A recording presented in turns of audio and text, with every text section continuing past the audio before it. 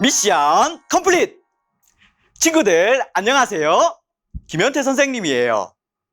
바다가 보이면 오션뷰, 산이 보이면 마운틴뷰, 저에게 여러분들이 보이면 I love you. 이번 구호는 하나님만 섬겨예요. 다 같이 구호 한번 외쳐볼까요? 선생님이 하나님만 하면 여러분이 큰 목소리로 섬겨 외치는 거예요. 해보겠습니다. 하나님만. 오, 브라보, 브라보, 브라보. 너무너무 잘했어요. 이번 시간에는 여호수아 마지막 시간이에요. 하나님께서는 아브라함, 이삭, 야곱과 하셨던 그 모든 약속을 다 이루어 주셨어요. 여호수아서 22장부터 24장까지는 하나님께서 그 모든 약속을 이루신 다음에 있었던 4가지 사건에 대해서 나와 있어요. 여호수아서 22장 1절에서 9절에는 그 첫 번째 사건이 나와 있는데요. 그 첫 번째 사건 속으로 우리 함께 들어가 볼까요? 여호수아는 요단 동편 땅으로 돌아갈 르우벤, 갓, 므낫세 반지파 사람들을 모아놓고 말했습니다. 여러분들은 이미 요단 동편 땅을 분배받았습니다. 여러분의 가족들은 이미 그 땅에서 잘 살고 있지요. 하지만 이 서편 땅을 정복하는 이 전쟁에 여러분들은 지금까지 함께 해주었습니다. 이제 전쟁이 끝났으니 여러분들이 분배받은 동쪽 땅으로 돌아가셔도 좋습니다. 여러분들은 지금까지 하나님만 잘 섬기고 하나님의 말씀에 순종했습니다. 지금까지 잘하셨던 것처럼 돌아가서도 하나님만 섬기고 하나님의 말씀에 잘 순종하기를 바랍니다. 이렇게 요단 동편 지파 사람들은 여호수아와 나머지 이스라엘 지파 사람들의 축복을 받으면서 요단 동편 땅으로 잘 돌아갔습니다. 여호수아서 22장 10절부터는 두 번째 사건이 나와 있어요. 요단 동편으로 갔던 지파들 있잖아요. 르우벤, 갓, 므낫세 반지파. 이 사람들에게 무슨 일이 생겼나 봐요. 무엇이요? 요단 동편으로 갔던 그 지파들이 제단을 쌓았다고?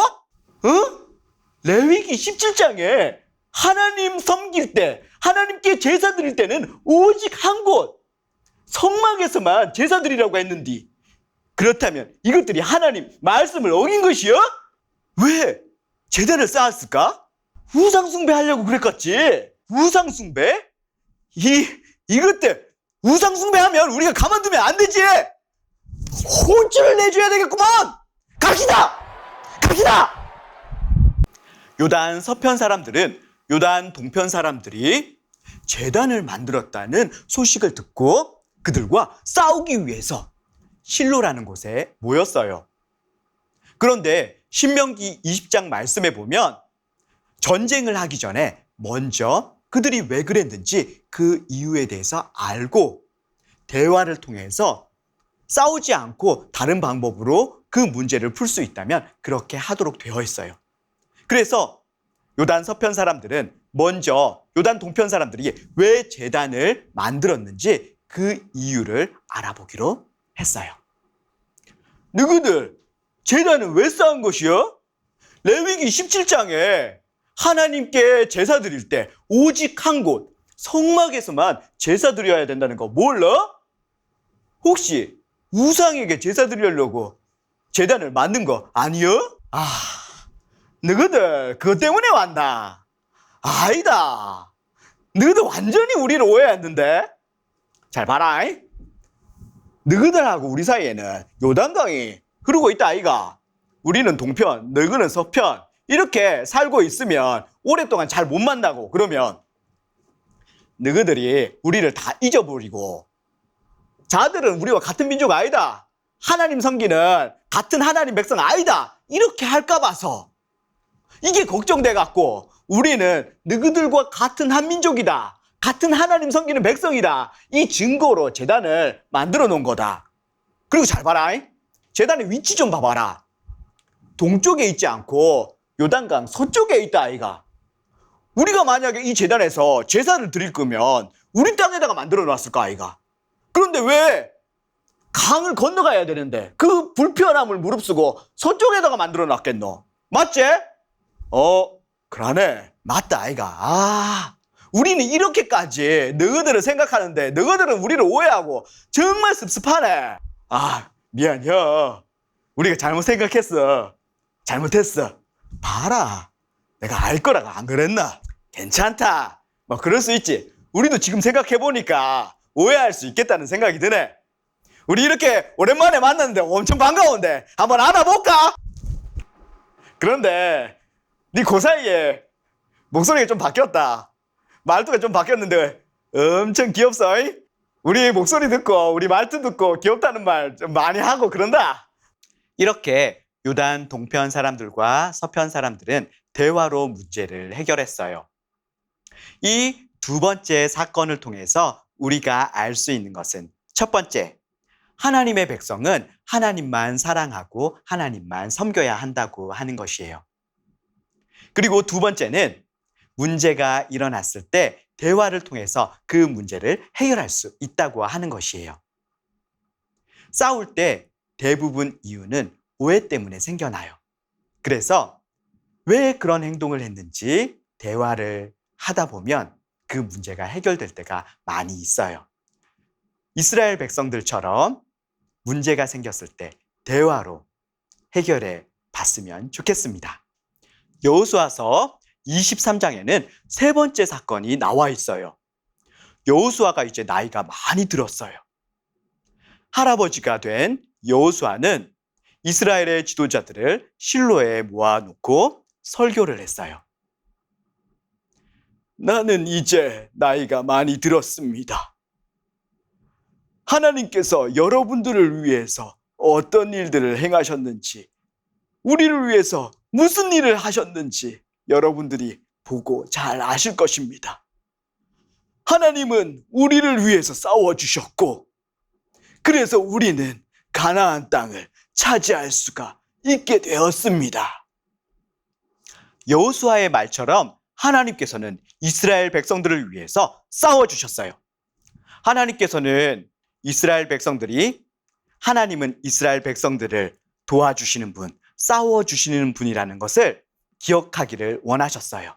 그리고 그들이 하나님을 의지하고 순종할 때 하나님께서 도와주실 수 있다는 것도 알기를 원하셨어요. 이스라엘 백성들이 이집트에서 나와서 첫 번째로 전투를 할 때였어요. 이스라엘 백성들은 무리바에 있었어요. 그때 아말렉 족속이 이스라엘을 공격했어요. 아말렉 족속은 힘이 약한 어린아이, 할아버지, 할머니, 그리고 여인들, 이렇게 힘이 약한 사람들부터 먼저 공격을 했어요. 아말렉 족속들 정말 야비하지 않나요? 이때 모세는 하나님께 기도했어요. 하나님, 저희들이 아말렉 족속의 공격을 받고 있습니다. 어떻게 하면 됩니까? 하나님께서는 모세에게 말씀하셨어요.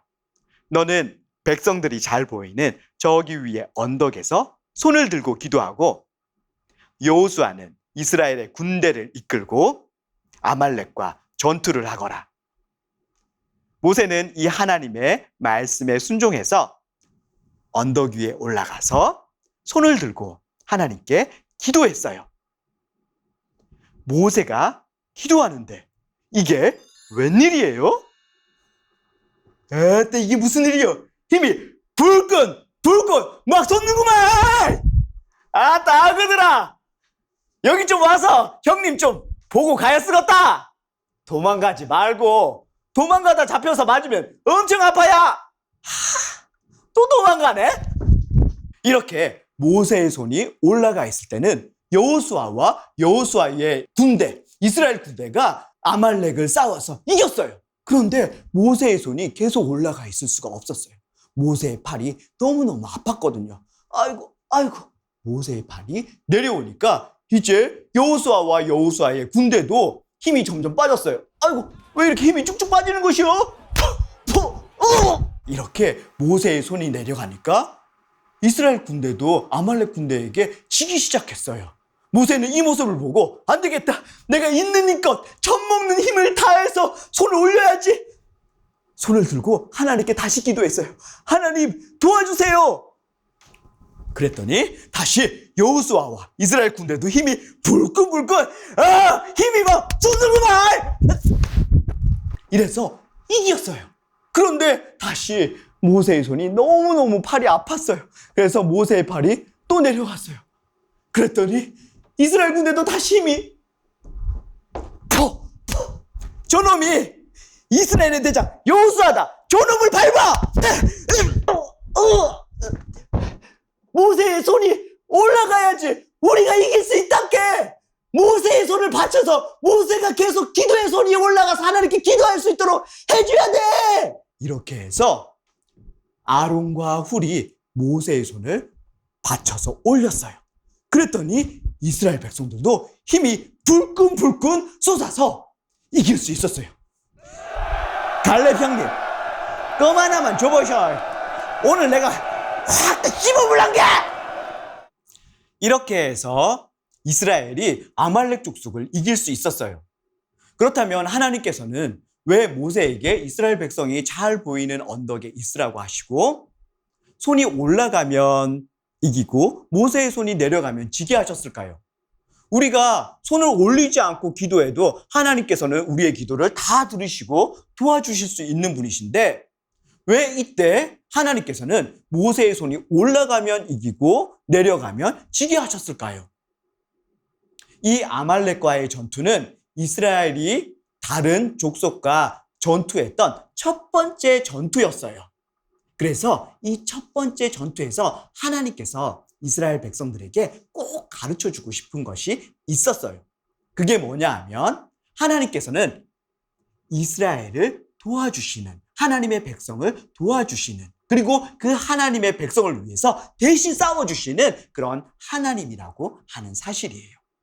그리고 두 번째는 그 하나님의 말씀에 순종해야지만 하나님께서 도와주실 수 있다고 하는 거예요.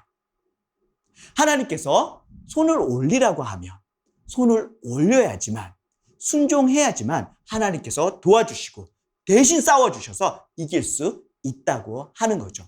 이 첫 번째 전투에서 하나님께서는 이스라엘 백성들에게 이것을 가르쳐 주셨던 거예요. 가나안 정복은 이렇게 하나님의 말씀에 이스라엘 백성들이 온전히 순종함으로 이루어낼 수가 있었습니다.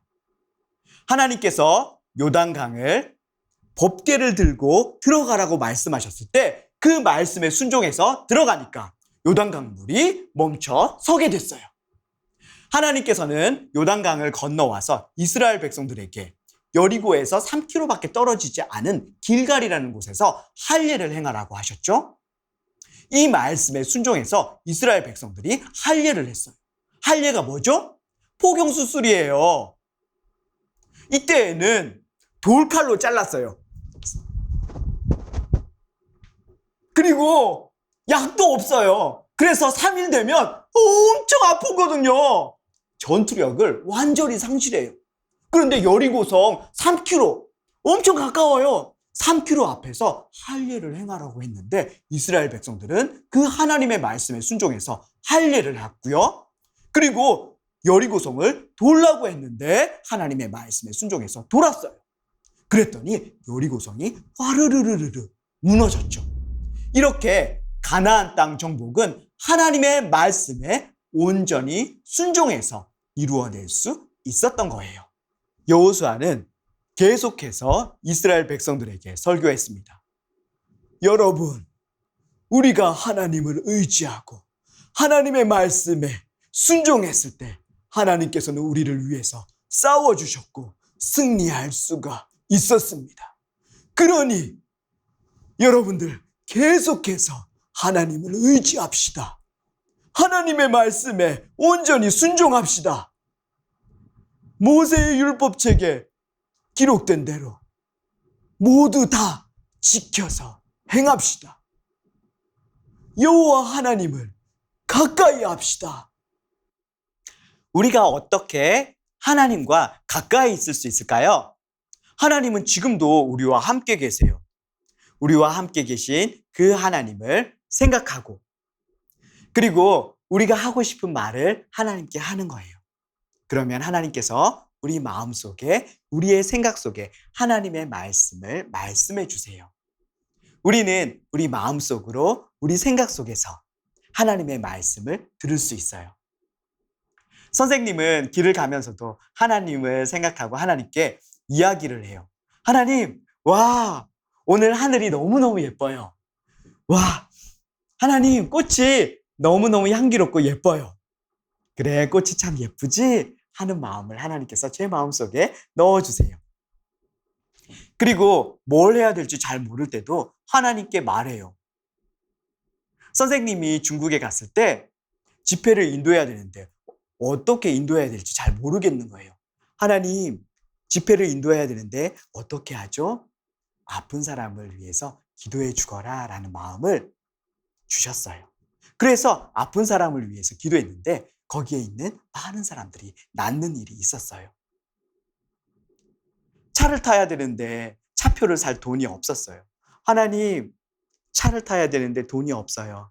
어떻게 해야 되죠? 선생님 머릿속에 파란색 포토트럭이 서서 저를 태워주는 그런 그림이 떠올랐어요. 그리고 나서 1분이 채 지나지 않아서 파란색 포토트럭이 선생님 옆에 섰어요. 어디 가냐고 물어봤죠. 그리고 저기 충북대학에 가야 돼요. 거기에 가야 되는데 저를 태워주겠다고 얘기했어요.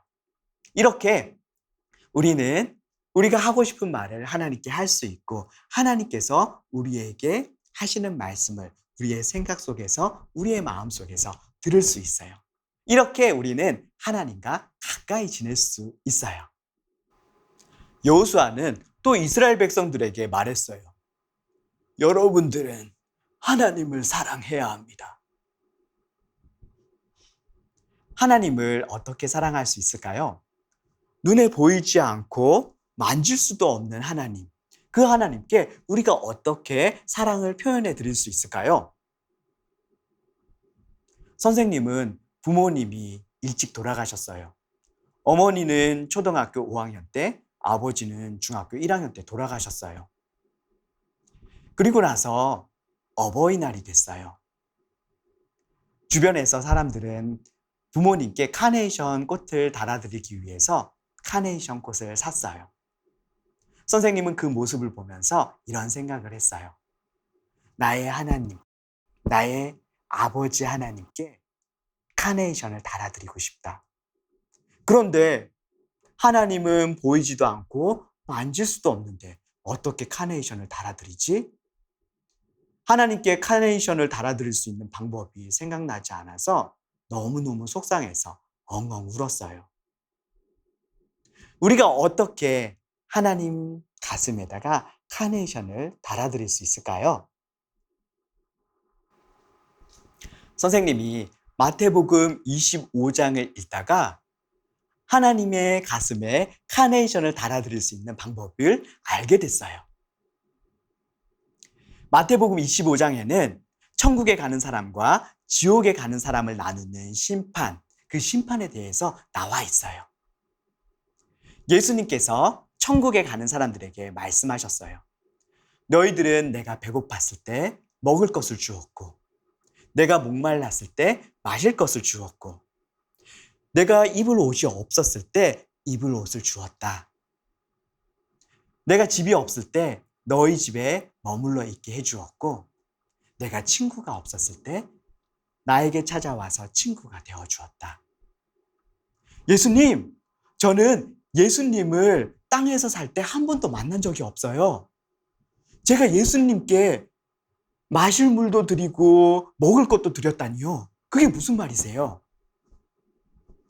아니다. 지극히 작은 사람에게 한 것이 바로 나에게 한 것이다. 사람들이 하찮게 여기는 그 사람, 가난한 사람, 소외된 사람, 그런 사람에게 한 것이 바로 나에게 한 것이란다. 선생님은 이 말씀을 읽고 하나님의 가슴에 카네이션을 달아드릴 수 있는 방법을 알게 됐어요. 바로 옆에 있는 사람, 주변에 있는 사람, 특별히 가난한 사람, 연약한 사람, 힘이 없는 사람, 이런 사람들에게 하는 것이 바로 우리 하나님께, 예수님께 하는 것과 똑같은 거예요. 여러분 주변에도 그런 친구들이 있잖아요. 축구를 하는데 축구화가 없는 친구. 그 친구에게 여러분이 새 축구화를 살 때 그 전에 그렇게 많이 낡지 않은 여러분의 축구화를 줄 수도 있잖아요. 그러면 예수님께서 나중에 분명히 이렇게 얘기하실걸요? 네가 축구화를 줘서 내가 재미있게 축구할 수 있었어.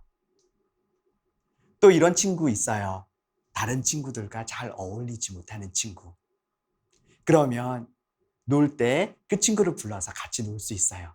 친구야, 같이 놀자. 그러면 예수님께서 또 나중에 분명히 이렇게 얘기하실걸요? 네가 같이 놀자고 해줘서, 친구가 되어줘서 정말 고마워. 선생님에게 친구가 하나 있었는데 그 친구가 겨울철에 5리터 점퍼를 새로 샀어요. 그리고 그 점퍼를 입고 지하철역으로 가는데 지하철역 입구에 거지가 외투도 걸치지 않고 덜덜덜덜 떨면서 구걸하고 있었어요. 그 친구는 그 거지가 너무너무 추울 것 같아서 자기의 외투를 벗어다가 그 거지에게 입혀줬어요. 자기는 추워서 지하철역 안으로 막 뛰어 들어가는데 하나님께서 자기 마음속에 이렇게 말씀하시더래요. 내가 따뜻하다. 여러분, 우리가 어떻게 하나님을 사랑할 수 있을까요? 어떻게 하나님께 사랑 표현해 드릴 수 있을까요? 우리 주변에 가난한 사람, 소외된 사람, 다른 사람들이 하찮게 여기는 사람, 그런 사람들에게 해주면서 하나님께 사랑 표현 해드릴 수 있어요. 여호수아서 24장에는 네 번째 사건이 나와 있어요. 여호수아는 이스라엘의 모든 백성들을 세겜이라고 하는 곳에 모으고 설교를 했어요. 세겜이 어떤 것이었냐 하면요. 창세기 12장에 보면 하나님께서 아브라함을 가나안 땅으로 인도하셨어요. 아브라함이 가나안 땅에 처음 도착하자마자 세겜이라는 곳에서 하나님께 예배를 드렸어요. 그때 하나님께서는 이 세겜 땅을 너의 자손에게 주겠다고 약속을 하셨죠. 그리고 신명기 27장에 보면 너희들이 이 세겜 땅을 정복했을 때 이곳에서 축복과 저주의 언약식을 하라고 하나님께서 모세에게 말씀하셨어요. 여호수아는 모세에게 들었던 이 말처럼 가나안 땅을 정복하고 세겜 땅을 정복했을 때 그곳에서 축복과 저주의 언약식을 했습니다. 세겜은 양 어깨라는 뜻이거든요. 세겜이 있으면 한쪽에는 그리심산, 또 한쪽에는 에발산, 이렇게 해서 양 어깨처럼 산이 불룩 이렇게 튀어나와 있었어요. 가운데 세겜에는 레위인들이 있었고 이쪽 그리심산에 6개의 지파, 에발산에 6개의 지파가 올라갔어요. 그리고 가운데서 레위인들이 이렇게 외치는 거죠. 하나님께 순종하면 하나님께서 축복하실 것입니다. 그러면 그리심산 쪽에 있는 6개의 지파가 아멘! 그렇게 될 것입니다. 이렇게 외치고요. 그리고 레위인들이 하나님께 불순종하면 저주를 받게 될 것입니다. 하고 외치면 에발산 쪽에 있는 6개의 지파가 아멘! 그렇게 될 것입니다. 라고 외쳤어요. 그러니까 하나님께 온전히 순종하겠다고 하는 그런 언약을 세겜에서 했던 거죠. 세겜은 하나님으로부터 처음으로 이 땅을 주시겠다고 하는 그 약속을 받은 곳이고요.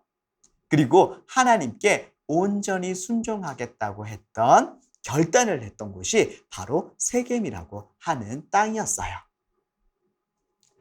이제 여호수아가 정말 나이가 많이 들어서 죽기 전에 이스라엘의 모든 백성을 세겜으로 불렀어요. 그리고 마지막 설교를 했죠. 여러분, 우리 하나님은 정말로 신실하신 분이십니다. 하나님이 약속을 하시면 반드시 이루시는 분이에요. 하나님께서는 우리 조상 아브라함을 통해서 이 땅을 주시겠다고 약속을 했고, 하나님의 그 약속대로 이 땅을 우리에게 주셨습니다. 하나님 그분은 단 한순간도 신실하지 않은 적이 없으십니다. 그렇게 신실하신 우리 하나님께 우리도 신실하게 하나님 한 분만을 섬기고 그분의 말씀에 온전히 순종합시다. 예! 아멘! 우리도 그 신실한 하나님께 신실하게 순종하겠습니다. 하나님만 섬기겠습니다. 이렇게 이스라엘 백성들은 하나님만 섬기기로 결단을 했어요. 이스라엘 백성들이 세겜에서 하나님만 섬기기로 결단했던 것처럼 우리도 하나님만 섬기기로 결단해요. 첫 번째, 하나님께 순종하겠습니다 라고 결단해요. 하나님께 순종했을 때 하나님께서 우리를 위해서 일해 주시고 우리를 도와주세요. 두 번째, 하나님께 가까이 하기로 결단해요. 우리가 하나님 생각하고 하나님과 대화하면서 하나님과 가까이 할 수 있어요. 세 번째, 하나님을 사랑하기로 결단해요. 하나님은 우리 눈에 보이지 않지만 우리 옆에 있는 사람 도와주고 사랑하면서 하나님 사랑할 수 있어요. 이렇게 하나님께 순종하고 하나님께 가까이 하고 하나님을 사랑하기로 우리 함께 결단해요. 여러분, 여호수아 강의 다 마쳤어요. 여호수아 강의 다 기억나시나요? 요단강을 건너 가나안 땅 가자. 기업을 나눠 하나님만 섬겨. 다 기억나시죠? 자, 이렇게 해서 가나안 땅 다 취하게 됐어요. 미션 컴플릿!